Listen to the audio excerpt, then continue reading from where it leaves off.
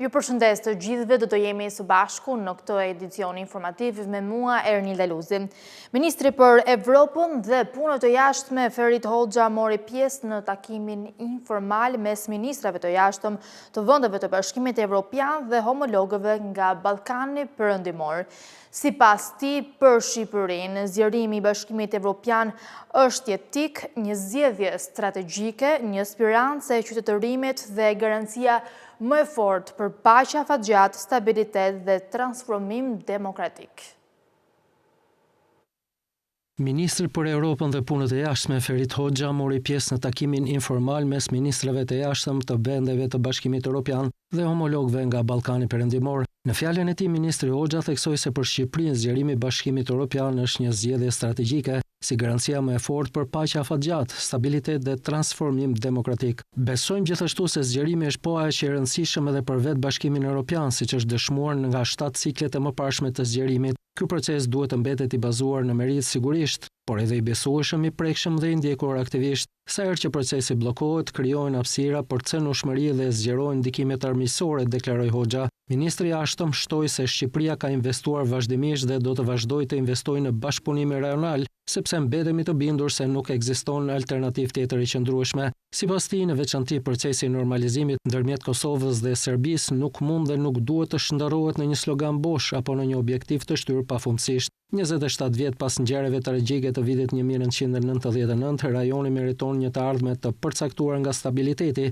njohja reciproke, bashkëpunimi dhe integrimi evropian. Ministri Hoxha theksoi se Shqipëria do të vazhdojë të ndjekë në mënyrë aktive dhe të palëkundur objektivin e saj më të lartë kombëtar, antarësimin në Bashkimin Evropian. Ne mbetemi të vendosur të bëjmë gjithçka të nevojshme për të qëndruar në pararojë të këtij procesi historik dhe për ta kthyer atë në një sukses të përbashkët për Shqipërinë, për rajonin dhe për Europën.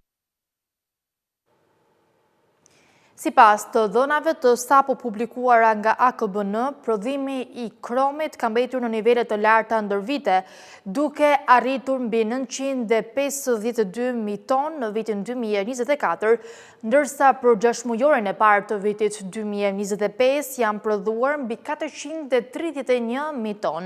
Ky mineral përfaqëson një nga burimet kryesore të industrisë nxjerrëse në vend. Të dhënat e Agjencisë Kombëtare të Burimeve Natyrore tregojnë se gjatë viteve 2021-2025, prodhimi i mineraleve metalike dhe materialeve ndërtimore ka shfaqur luhatje por me një peshë të konsiderueshme të kromit dhe materialeve për ndërtim. Sipas të dhënave të sapo publikuara nga AKBN, prodhimi i kromit ka mbetur në nivele të larta ndër vite, duke arritur mbi 952.000 ton në vitin 2024, ndërsa për 6 mujorin e parë 2025 janë prodhuar mbi 431.000 ton. Ky mineral përfaqëson një nga burimet kryesore të industrisë nxjerrëse në vend, me aktivitet të përqendruar kryesisht në rajonin e Bulqizës, por edhe në Kukës, Tropoj dhe Has. Në të njëjtën periudhë Bakri ka shënuar gjithashtu nivele të konsiderueshme prodhimi, duke arritur rreth 829.000 ton në vitin 2024, ndërsa për 6 mujorin e parë të 2025-s janë prodhuar afro 380.000 ton. Ndërkohë, materiale si guri gëlqeror, argjila dhe rëra bituminoze vijojnë të kenë rol të rëndësishëm në industrinë e ndërtimit, me prodhim që në disa raste arrin në qindra mijëra ton në vit. Guri gëlqeror është dhe minerali me prodhimin më të lartë në vitet e fundit. Ndërkohë, disa minerale të tjera si ligniti apo kuarci kanë një peshë më të kufizuar në totalin e prodhimit. Sa i përket aktivitetit minerar, deri në fund të nëntorit 2025 rezultojnë 525 lejesh frytëzimi aktive në të gjithë vendin. Pjesa më e madhe tyre i përket kromit me 212 leje, duke konfirmuar dhe njëherë dominimin e këtij sektori. Pas tij renditen guri gëlqeror me 147 leje dhe gurët dekorativ me 71 leje. Mineralet e tjera kanë një numër më të kufizuar lejesh ku përfshihen hekuri dhe nikeli me 28 leje, bakri me 17, ndërsa materiale si shymyri, bitumi dhe rërat bituminoze përfaqësohen nga 14 leje. Ndërkohë, gipsi dhe mineralet e tjera kanë një pranim më të vogël në aktivitetin shfrytëzues. Bonët 12 mujore dhe obligacionet 5 vjeçare mbeten instrumentet më të preferuara të investimit, ndërsa 78% e borxhit të brendshëm përbëhet nga obligacionet afatgjata. Pjesa më e madhe e këtij borxhi mbahet nga sistemi bankar dhe titujt qeveritar, që tregtohen fillimisht në tregun primar e më pas në tregun sekondar. Bonus e thesari 12 mujore dhe obligacionet 5 vjeçare vijojnë të jenë titull qeveritar më të preferuar për investim. Borxhi i brendshëm përbëhet nga instrumente afatshkurtër dhe afatgjat. Instrumentet afatgjata, të cilat përfshin të gjitha llojet e obligacioneve, më saktë 7 obligacione që variojnë me maturitet nga 2 vjet deri në 20 vjet, përbëjnë 78% të borxhit të brendshëm. Ndërkohë, të dhënat nga Ministria e Financave tregojnë që instrumentet afatshkurtër, të cilat përfshin 3 lloje bonosh, që variojnë me maturitet nga 3 muaj në 12 muaj, përbëjnë thuajse 22% të borxhit të brendshëm. Që për vitit 2024, i gjithë borxhi i brendshëm rezulton të jetë në lek, por cilët ishin mbajtësit kryesor të borxhit në 3 muajin e parë të vitit. Më shumë se gjysma e borxhit emetuar në tregun e brendshëm mbahet prej sistemit bankar dhe 64.6%, prej të cilave 7.6% nga klientë të bankës. Institucionet financiare zotërojnë 15.5% të borxhit, ndjekur nga individët me 9.1% dhe Banka e Shqipërisë me 7.4%. Jo rezidentët po ashtu rezultojnë të kenë një pjesë të vogël në borxhin e brendshëm të Shqipërisë. Procesi i shitjes së këtyre instrumenteve zhvillohet në atë që quhet tregu primar, pra momenti kur qeveria shet për herë të parë tituj dhe merr drejt për drejt parat nga investitorët. Në këtë treg marrin pjesë kryesisht banka tregtare, institucionet financiare dhe në disa raste edhe investitorë të tjerë institucional. Pasi këta tituj janë blerë në tregun primar, ato mund të tregtohen më tej në tregun sekondar. Ky është tregu ku titujt e borxhit që janë emetuar më parë mund të blihen dhe shiten mes bankave, institucioneve financiare apo investitorëve të tjerë, pa përfshirë drejt për drejt qeverinë në transakcion. Raporti i kredive me probleme në sistemin bankar shqiptar u rrit let në 3.85% në mars 2026, por mbeti nën pragun 4%. Të dhënat e Bankës së Shqipërisë tregojnë se sektori bankar vijon të ruaj qëndrueshmëri financiare dhe nivele të mira likuiditeti. Raporti i kredive me probleme në sistemin bankar shqiptar u rrit let në 3.85% në fund të muajit mars të këtij viti, pas nivelit 3.8% regjistruar në shkurt. Të dhënat e Bankës së Shqipërisë tregojnë se treguesi është rikthyer në të njëjtin nivel të janarit, duke mbetur gjithsesi nën pragun 4% dhe në nivele të konsideruara të qëndrueshme për sektorin bankar. Lëvizja e 3 muajve të parë të vitit tregon një stabilitet të përgjithshëm të cilësisë së portofolit të kredisë megjithëse me luhatje të lehta mujore. Në janar të vitit aktual, raporti u hapi me probleme ishte 3.85%, në shkurt zbriti në 3.8%, ndërsa në mars u ngjit sërish në 3.85%. Paralelisht, treguesi i kapitalit shfaqet një forcim të mëtejshëm të pozitës financiare të bankave. Në mars, kapitali rregullator ndaj aktiveve të ponderuara me rrezik arriti në 20.4%, ndërsa kapitali rregullator i nivelit të parë ndaj aktiveve të ponderuara me rrezik u regjistrua në 18.5%. Ndërkohë, fitimet e sektorit bankar kanë shfaqur një ngadalësim gjatë 3 muajit të parë të vitit. Treguesit e përfitueshmërisë ranë në mars krahasuar me janarin dhe shkurtin, duke sinjalizuar një zbutje të ritmit të fitimeve të bankave. Edhe niveli i likuiditetit mbetet i lartë megjithëse me një rënje të lehtë nga muaj në muaj. Kjo do thotë se bankat vijojnë të kenë mjete të mjaftueshme financiare për të përmbushur detyrimet afatshkurtra dhe kërkesat e klientëve. Në tërësi, të dhënat e Bankës së Shqipërisë tregojnë se sistemi bankar shqiptar mbetet i qëndrueshëm me nivele të mira kapitali dhe likuiditeti, ndërsa raporti i kredive me probleme vijon të qëndrojë poshtë pragut 4%, pavarësisht luhatjeve të lehta gjatë muajve të parë të vitit. Një studim i Invest Europa tregon se apartamentet në Bregdetin shqiptar po sjellin fitime të konsiderueshme nga qyrat, veçanërisht në zonën e Durrësit dhe Golemit, ku yieldi neto për apartamentet me 2 dhoma arrin rreth 5.7%. Blerja e një shtëpie në Shqipëri po shihet gjithnjë më shumë jo vetëm si një investim për banim, por edhe si një mënyrë për të gjeneruar të ardhurat të shëndrueshme nga qiraja. Sipas studimit, tregjet bregdetare në Shqipëri po rezultojnë më të forta për sa i përket të ardhurave nga qiraja krahasuar me shumë zona të tjera të vendit. Në raport theksohet se apartamentet me 2 dhoma gjumi në zonën e plazhit të Durrësit dhe Golemit arrin një kthim neto rreth 5.7%, duke e bërë këtë një nga tregjet më tërheqëse për investitorët. Bazuar në këtë vlerë kthimi, rezulton se një apartament i tillë arrin t'i kthejë investuesit vlerën totale pas 17.5 vitesh. Edhe gjiri i largët po shfaqet si një zonë premtuese për investime në prona, me kthim nga qiraja që arrin rreth 5.2%. Ndërkohë në Vlorë, konkretisht në zonën e Lungomares, apartamentet me 2 dhoma gjumi arrin një kthim neto rreth 4.3%, ndërsa në Saran norma neto e fitimit llogaritet rreth 4.4%. Këto shifra tregojnë se Bregdeti shqiptar vazhdon të mbetet një nga segmentet më fitimprurëse të tregut imobiliar, veçanërisht gjatë sezonit turistik. Megjithatë, fitimi më i lartë vjen edhe me më shumë paqëndrueshmëri. Një apartament në Astir në Tiranë mund të ketë më pak fitim potencial, por konsiderohet më i qëndrueshëm për qirafa gjatë gjithë vitit. Nga ana tjetër, një apartament në Saranda apo Gole mund të sjellë të ardhurat shumë të larta gjatë verës, por kërkon menaxhim më të kujdesshëm dhe llogaritje konservatore për muajt e dimrit kur kërkesa bie. Studimi Investropa nënvizon se zona e Durrësit dhe Golemit ka një avantazh të veçantë, pasi qirat mbështeten jo vetëm nga turistët sezonal, por edhe nga përdorimi në platformat e qirave afatshkurtra. Për apartamente me 2 dhoma gjumi në këtë zonë kthimi bruto arrin në rreth 7.7%, ndërsa fitimi neto mbetet në nivelin e 5.7%, një raport që konsiderohet shumë konkurrues për tregun shqiptar. Në lungomare, kthimi bruto për apartamentet e gjashme llogaritet rreth 6.6%, ndërsa në qendër të Sarandës arrin në rreth 6.8%. Sipas analizës, përfundimi praktik është se matematika e fitimit nga qirat në Bregdetin shqiptar mund të jetë shumë e fortë, por vetëm në rastet kur prona ndodhet në një zonë me kërkesë reale turistike dhe menaxhohet në mënyrë efikase.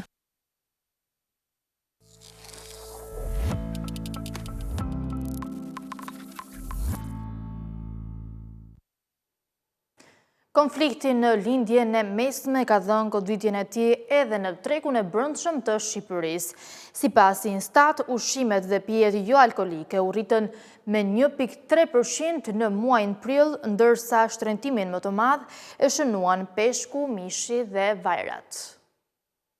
Tensionet në lindjen e mesme ka nisur të reflektohen edhe në tregun shqiptar, kryesisht përmes rritjes së kostove të transportit, duke mbajtur të larta edhe çmimet e ushqimeve dhe produkteve bazë të konsumit. Shtrëngimi i karburanteve në tregjen ndërkombëtare ka rritur kostot e importit dhe furnizimet, efekt që po transmetohet gradualisht te konsumatori final. Rritja e çmimeve të ushqimeve po vazhdon të prek drejt për drejt buxhetet e familjeve shqiptare. Sipas të dhënave të Instat, grupi ushqime dhe pije jo alkolike u rrit me 1.3% në prill, ndërsa ushqimet në tërësi me 1.2%. Ndikimin më të fortë e dhan peshku dhe produktet e detit, të cilat u shtrenjtuan me 6.5%, duke regjistruar rritjen më të lartë në të gjithë grupin ushqimor. Në rritje mbetet edhe çmimet e mishit që u zgjeruan me 3.1%, ndërsa mishi freskët i ftohur ose i ngrirë rezulton 3.2% më i shtrenjtë se një vit më parë. Edhe vajra dhe yndyrna vijojnë të mbeten në nivele të larta, me një rritje prej 3.1%, ndërsa pijet jo alkolike u shtrejtuan me 2.8%. Ekspertët e lidhin këtë situatë me rritjen e kostove të transportit dhe energjisë në tregjet globale,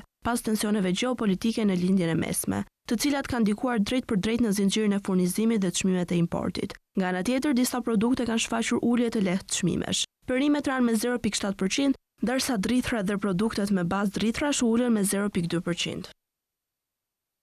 Sipas të dhënave të entit rregulator të energjisë, në vitin 2025 u shtuan 262 megawatt kapacitete energjetike.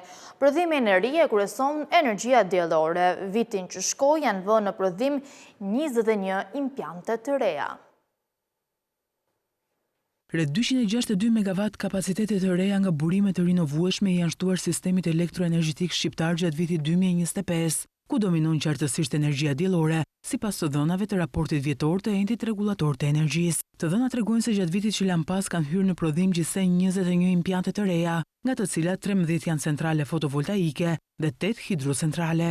Në total, kapaciteti instaluar arrin në 262 MW, ku 181.98 MW i përkasin energjisë diellore dhe 80.02 MW burimeve hidrike. Sa i përket prodhimit, këto impiante kanë gjeneruar rreth 182.000 MWh energji elektrike gjatë vitit 2025, duke përbërë afërsisht 2.43% të prodhimit total vjetor të energjisë në vend. Brenda sektorit fotovoltaik, kontributin më të madh i jep centrali Sunnyside Energy me një prodhim prej rreth 49.000 MWh, i ndjekur nga SPV Blu 2 me mbi 30.000 MWh. Në total, centralet diellore të reja kanë prodhuar rreth 89.560 MWh gjatë vitit, duke konfirmuar rritjen e shpejtë të këtij segmenti në tregun energjetik shqiptar. Ndërkohë, në sektorin hidroenergjetik, prodhimi total nga impiantet e reja arrin në rreth 92.000 MWh. Kontributin kryesor e jep hidrocentrali Egnatia Hidro. Raporti i erës evidenton gjithashtu se fuqia instaluar totale në sistemin e transmetimit për vitin 2025 ka arritur në 2.905 MW, ndërsa prodhimi i përgjithshëm i energjisë elektrike në vend është rreth 6.4 milion MWh.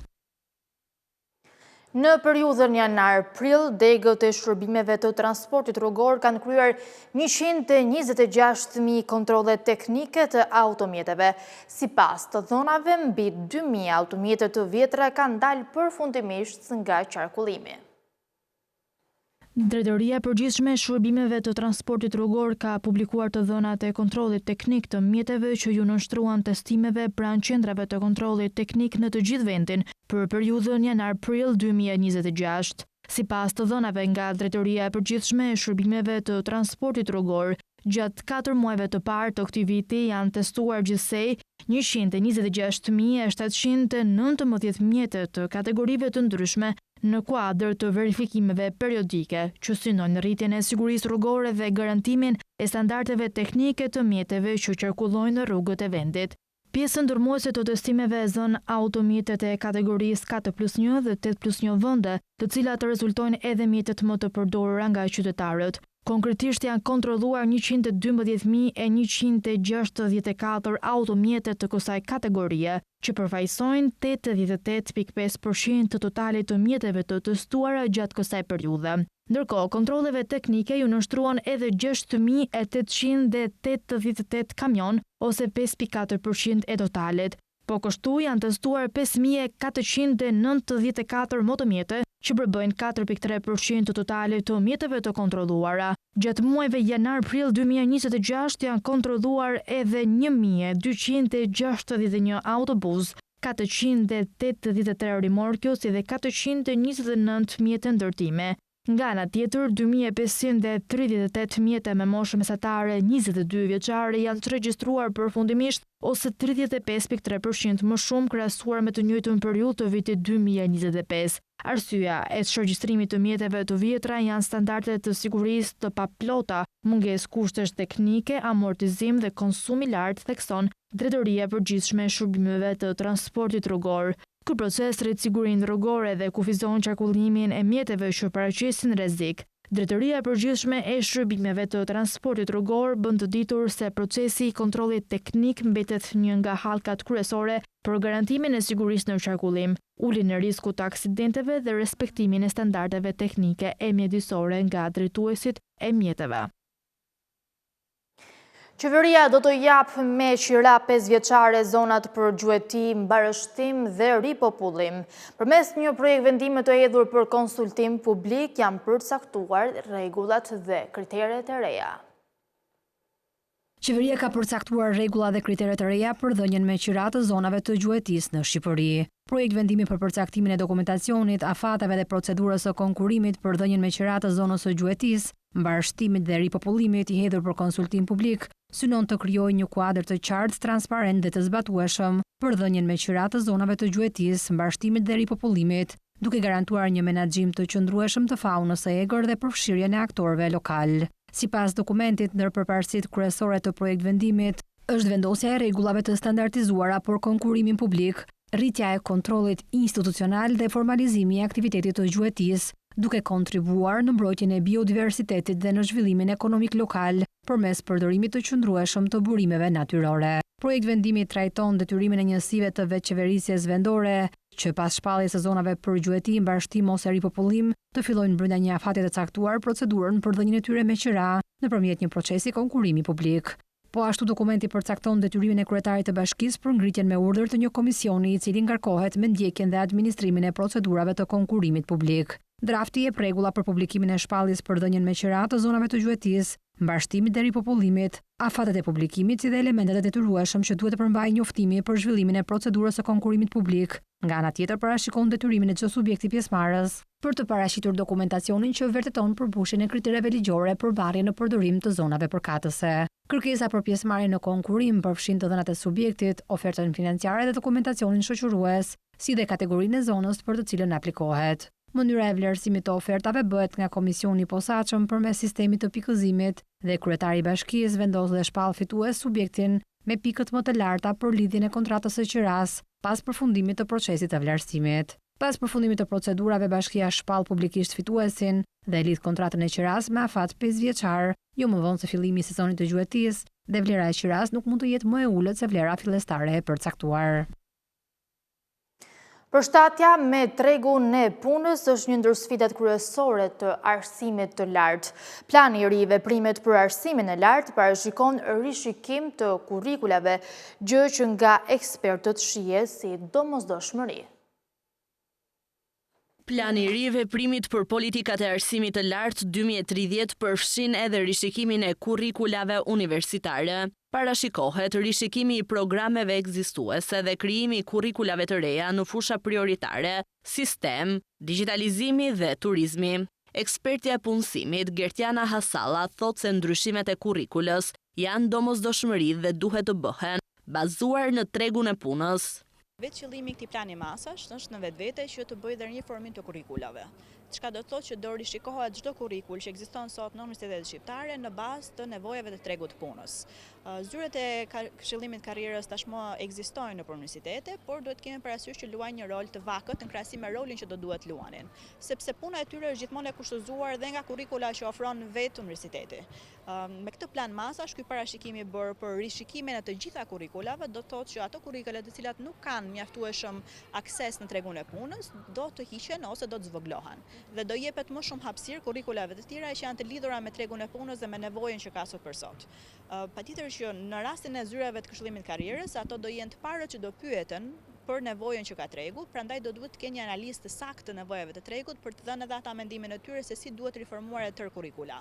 Pra nëse mendojmë për një universitet i cili është i fokusuar për shembull tek inxhinieria ose çdo gjë tjetër, duhet parë se cilat degë të inxhinierisë janë të kërkuara sot në tregun e punës dhe të fokusohemi më shumë tek to, duke dhënë më shumë kuota atyre degëve dhe më pak kuota kuptohet degëve të tjera që kanë më pak akses në tregun e punës.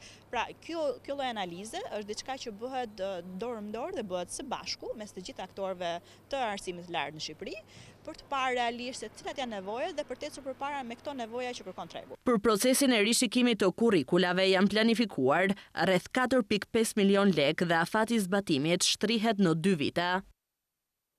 Sipas të dhënave të publikuara nga Visual Capitalist, Shqipëria renditet në vendin e 61 në botë për diversitet fetar, me një rezultat prej 4.75 pikësh.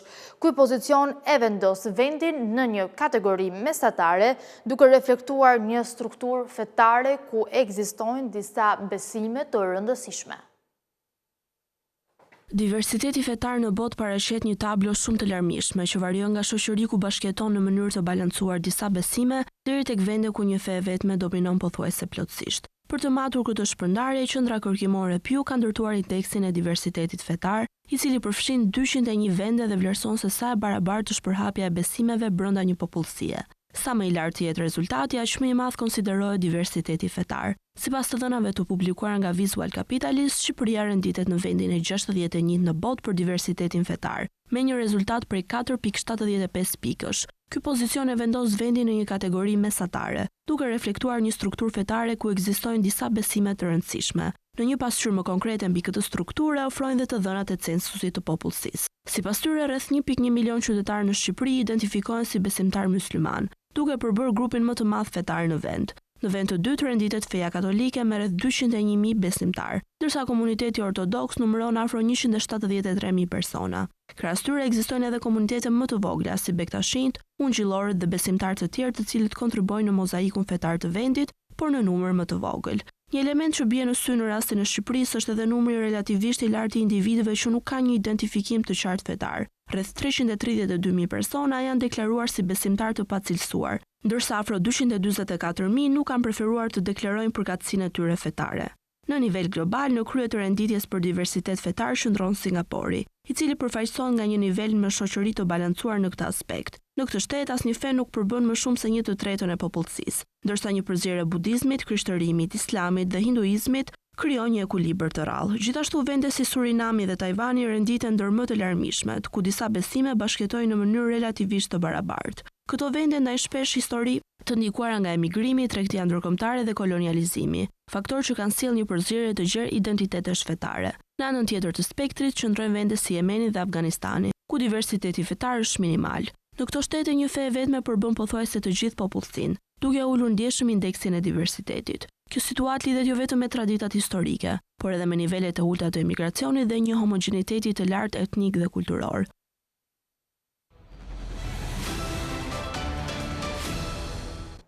Presidenti SBA-s Donald Trump hodhi poshtë kushtet e Iranit për t'i dhënë fund luftës në lindjen e mesme, duke e konsideruar si të papranueshme. Përgjigjja e Teheranit ndaj planit amerikan përqendrohet në përfundimin e luftës në të gjitha frontet, veçanërisht në Liban, si dhe në sigurimin e sigurisë së transportit detar. Presidenti i SBA-s Donald Trump hodhi poshtë kushtet e Iranit për t'i dhënë fund luftës në lindjen e mesme, pasi Republika Islamike ju përgjigj propozimit të fundit të Washingtonit më herët gjatë ditës. Televizioni shtetëror iranian raportoi se Teherani e hodhi poshtë propozimin e SBA-s si të barabartë me dorëzimin, duke komungullur në vend të kësaj për dëmshpërblime lufte nga SBA-ja, suverenitet të plotë iranian mbi ngushticën e Hormuzit, fund të sanksioneve dhe lirimin e aseteve të sekuestruara iraniane. Vet Trump nuk dha detaje mbi kundër propozimin e Teheranit, por në një postim të shkurtër në platformën e tij Truth Social e bëri të qartë se po e refuzonte atë.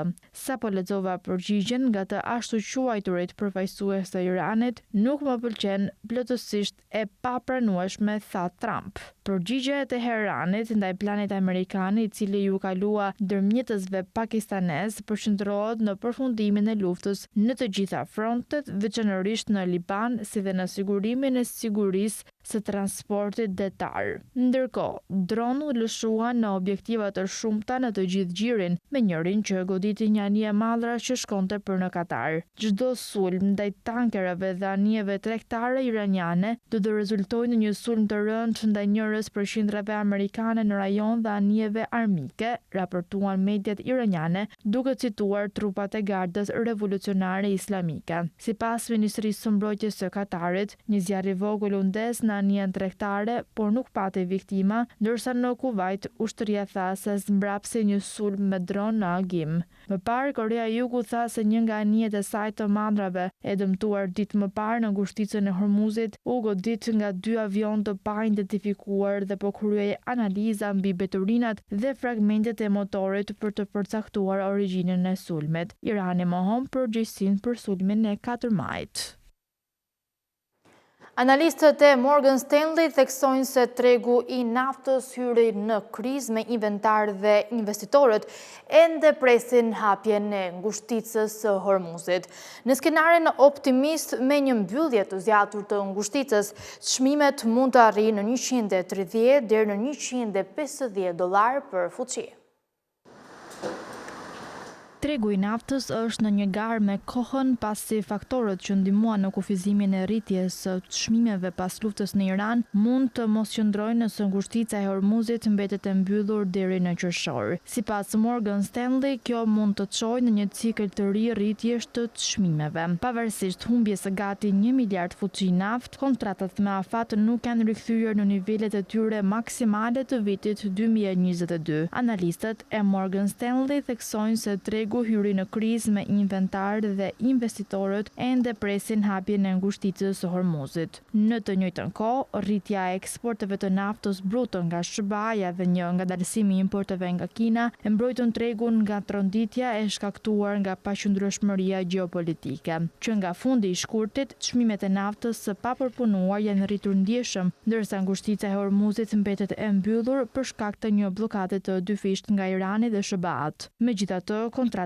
me afat të gjatë nuk i kanë tejkaluar nivelet e regjistruara pas pushtimit të Ukrainës nga Rusia. Morgan Stanley vlerëson se skenari më i mundshëm është hapja e ngushticës së Hormuzit përpara se SBA-t të ulin eksportet dhe Kina të stabilizojë importet e saj. Nëse përçarja vazhdon, çmimet më të larta konsiderohen të pashmangshme sipas analistëve. Banka parashikon që nafta Brent do të jetë $110 për fuqi në 3 muajorin aktual, $100 në 3 muajt e ardhshëm dhe $90 midis tetorit dhe dhjetorit. Në skenarin optimist, me një mbyllje të zgjatur të ngushticës, çmimet mund të arrijnë në $130 deri në $150 për fuqi. Siç theksojnë analistët, rritja e eksporteve të Shteteve të Bashkuara me 3.8 milion fuqi në ditë dhe ulja e importeve të Kinës me 5.5 milion fuqi në ditë e kanë mbrojtur pjesën tjetër të botës nga një mungesë prej 9.3 milion fuqish në ditë. Bota ka humbur rreth 1 miliard fuqi naftë gjatë 2 muajve të fundit dhe tregjet e energjisë do të duhet kohë për të stabilizuar edhe nëse flukset rifillojnë. Furnizimet globale të energjisë janë të kurrë ndjeshëm nga bllokada e ngushticës së Hormuzit nga Irani, e cila ka kufizuar transportin detar dhe ka rritur çmimet.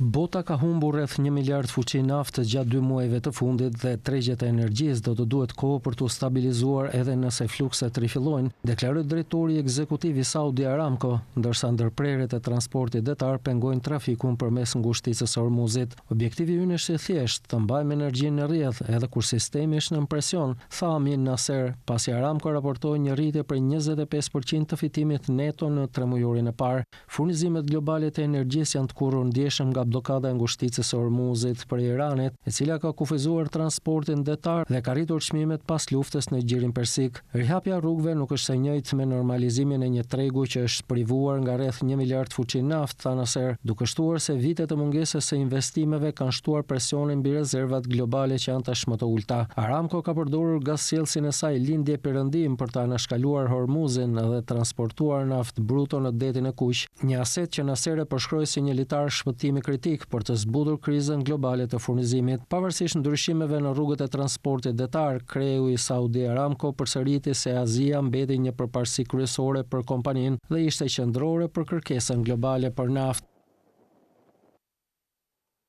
Në aspektin teorik, Gjermania i konsumoi të dielën burimet natyrore që duhet të mjaftonin për të gjithë vitin. Gjermania konsumon shumë më tepër burime se sa duhet, kryesisht për shkak të përdorimit të lartë të energjive fosile. Parë në aspektin teorik, Gjermania i konsumoi të dielën burimet natyrore që duhet të mjaftonin për të gjithë vitin. Në kuadër të së ashtuquajturës Dita e mbi ngarkesës së tokës, organizata Global Footprint Network llogarit çdo vit për vende të veçanta dhe për gjithë planetin, ditë kur janë konsumuar lëndet e para natyrore të përllogaritura teorikisht për të gjithë vitin. Nëse të gjithë njerëzit në botë do të konsumonin aq shumë lëndë të para natyrore dhe do të çlironin po aq dioksid karboni sa banorët e Gjermanisë, kapaciteti biologjik vjetor i tokës do të kishte shtëruar që në 1/3 e parë të vitit. Si pasojë që lidhja për mjedisin dhe mbrojtjen e natyrës, Gjermania konsumon shumë më tepër burime se sa duhet, kryesisht për shkak të përdorimit të lartë të energjive fosile. Ndër shkaktarët kryesor përmenden degët industriale me konsum të lartë energjie, sektori i ndërtimit, trafiku rrugor dhe blegtoria masive. Pasojat e këtij zhvillimi tashmë ndjehen qartë, për shembull thatësirat, rreshtet ekstreme apo rritja e temperaturave në qytete. Energjia nga dielli dhe era, pompa termike dhe makinat elektrike të lehta, të vogla dhe ekonomike krijojnë pavarësi, siguri në planifikim dhe mbrojnë klimën. Në vitin 2025, dita e mbi ngarkesës së tokës për Gjermaninë ra më 3 maj. Fakti që këtë vit data është shtyr me një javë nuk është rezultati një stili jetese më miqësor me mjedisin, por lidhet kryesisht me përditësimin e të dhënave dhe ndryshimet në metodologjinë e llogaritjes. Kemi mbërritur në fund të këtij edicioni informativ. Për më tepër informacione mund të klikoni në faqen tonë të internetit skantv.al, ku mund të gjeni gjithçka mbi ekonominë, bankat, sigurimet, tregjet financiare e të tjerë. Gjithashtu mund të na ndiqni edhe në rrjetet sociale si Facebook, Instagram, YouTube dhe LinkedIn. Faleminderit për vëmendjen, bashkë mirëpafshim.